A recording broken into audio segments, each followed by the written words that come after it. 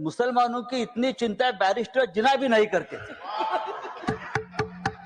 Barrister Mohammad Ali Jinnah ने भी कभी इतनी चिंता मुसलमानों की नहीं की थी, वो आप कल से कर रहे हो।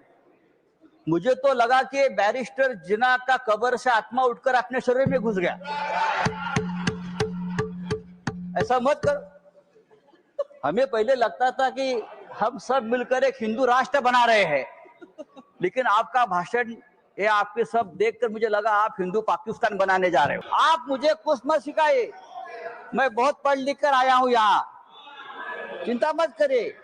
मैं हिंदुत्व भी पढ़ा हूं और सब कुछ पढ़ा हूं, और आप अभी नए मुल्ला बन गए हो हिंदुत्व के। आप हमें मत सिखाइए, हमारा जन्म हिंदुत्व के काम के लिए हुआ है। सर आज आप बहुत खुश दिख रहे हो, बहुत प्रसन्न भी हो,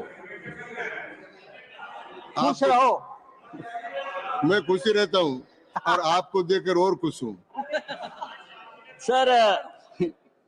सर मैं देख रहा हूं कल से दोनों सदनों में गरीब मुसलमानों की बहुत चिंता हो रही है। अचानक इतनी चिंता हो रही है कि मुझे डर लगने लगा है, और मुसलमान भी डरे, हिंदू भी डरे कि इतनी चिंता गरीब मुसलमानों की क्यों हो रही है। रिजू जी, मैंने आपका भाषण सुना, फिर गृह मंत्री जी का भाषण सुना। मुसलमानों की इतनी चिंता बैरिस्टर जिन्ना भी नहीं करते थे। बैरिस्टर मोहम्मद अली जिन्ना ने भी कभी इतनी चिंता मुसलमानों की नहीं की थी, वो आप कल से कर रहे हो। मुझे तो लगा कि बैरिस्टर जिन्ना का कब्र से आत्मा उठकर अपने शरीर में घुस गया।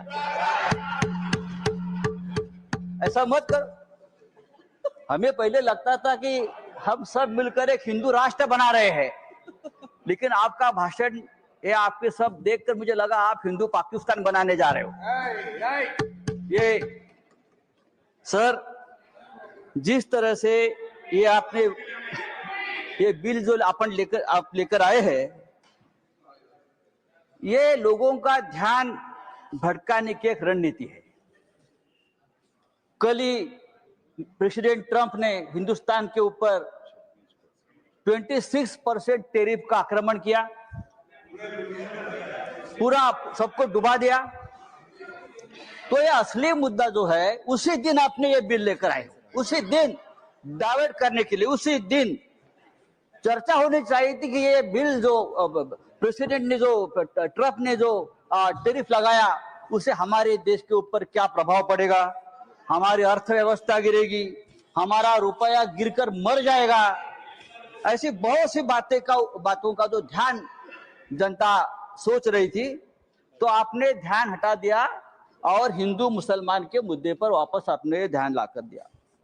जब भी बेरोजगारी, महंगाई, आर्थिक मुद्दे आते हैं, तो आप इस प्रकार के धार्मिक मुद्दे लेकर आते हो और 2 दिन, 4 दिन, 5 दिन चर्चा आप कर लेते हो।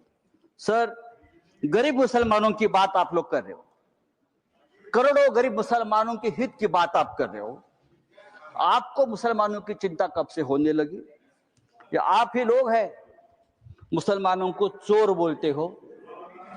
आप ही लोग हैं मुसलमान आपकी जमीन छीन लेंगे, आपके गले का मंगलसूत्र खींच लेंगे, आपके गाय बैल उठाकर लेके जाएंगे। मुसलमानों के महाराष्ट्र में मुसलमानों के मटन के दुकान से आप मीट मत खरीद लीजिए, मुसलमान देशद्रोही है, टेररिस्ट है, बटेंगे तो कटेंगे।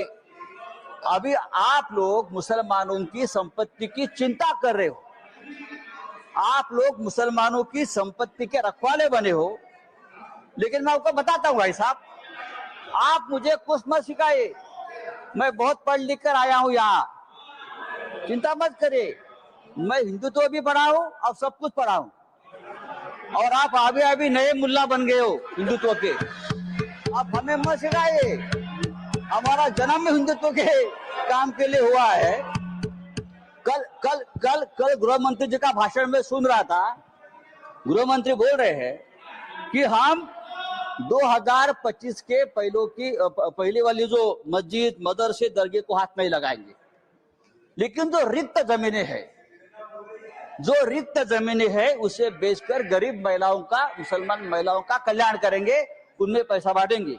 रिक्त जमीन है तो आखिर आप बेचने खरीदने के बात पर आ गए। जिसका डर था कि जमीन बेचेंगे, जमीन खरीदेंगे, या ये जो आपका मूल उद्देश्य है बिजनेस, व्यापार, उसके ऊपर आए, आप चुप नहीं बैठेंगे, आप जमीन बेचकर ही रहेंगे।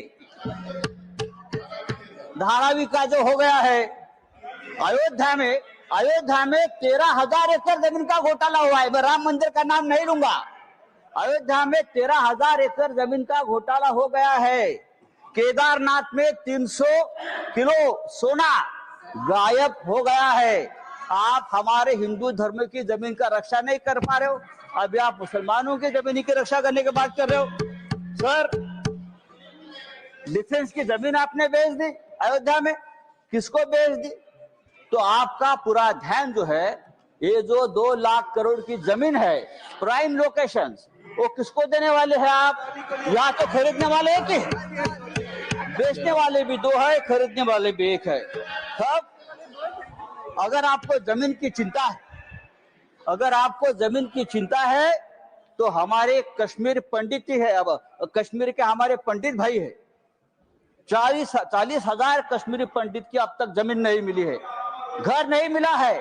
आप उनकी चिंता करो, उनकी घर वापसी नहीं हुई है कश्मीरी पंडितों की, आप उनकी चिंता करो। सर, लद्दाख में चाइना घुसकर हमारे जमीन पर कब्जा कर बैठा है, 40,000 वर्ग किलोमीटर। आप हमारे चाइना के जो कब्जे में जमीन है, आप उसकी चिंता करो। आप हाँ दीजिए, हम रक्षा करेंगे, हमारा देश है। तो ये जो आपने एक बिल लाया है संजय जी, ये जो आपने बिल लाया है, वो आपका उद्देश्य साफ नहीं है। आप वो जमीन का व्यवहार करना चाहते हैं। अभी तो बड़ी बड़ी बातें, मीठी मीठी बातें आप करते हो, लेकिन आप व्यापारी लोग हो। व्यापारी लोग ऐसे ही करते हैं, मीठी मीठी बातें करते हैं और फिर ये सब बेचकर भाग जाते हैं। नीरव मोदी जैसे जो आपके ही लोग हैं, विजय मल्ल्या, मेहुल चोकसी भाई साहब। तो मैं आपको बोल रहा हूं, ये जो बिल लाया है, thank you Sanjay ji, thank you. ये बिल हमारे समाज के हित में नहीं है, हमारे देश के हित में नहीं है। आप फिर एक बार इस देश में तनाव पैदा करना चाहते हैं, फिर एक बार इस देश में दंगे भड़काना चाहते हैं, लेकिन आप ये धंधे बंद करो। धन्यवाद। Thank you, thank you.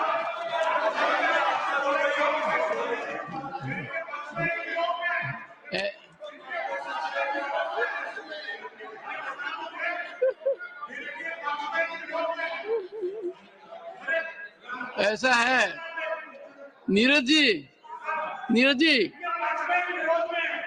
जी, आप देखिए, संजय बता चुके हैं, उनकी मजबूरी समझिए।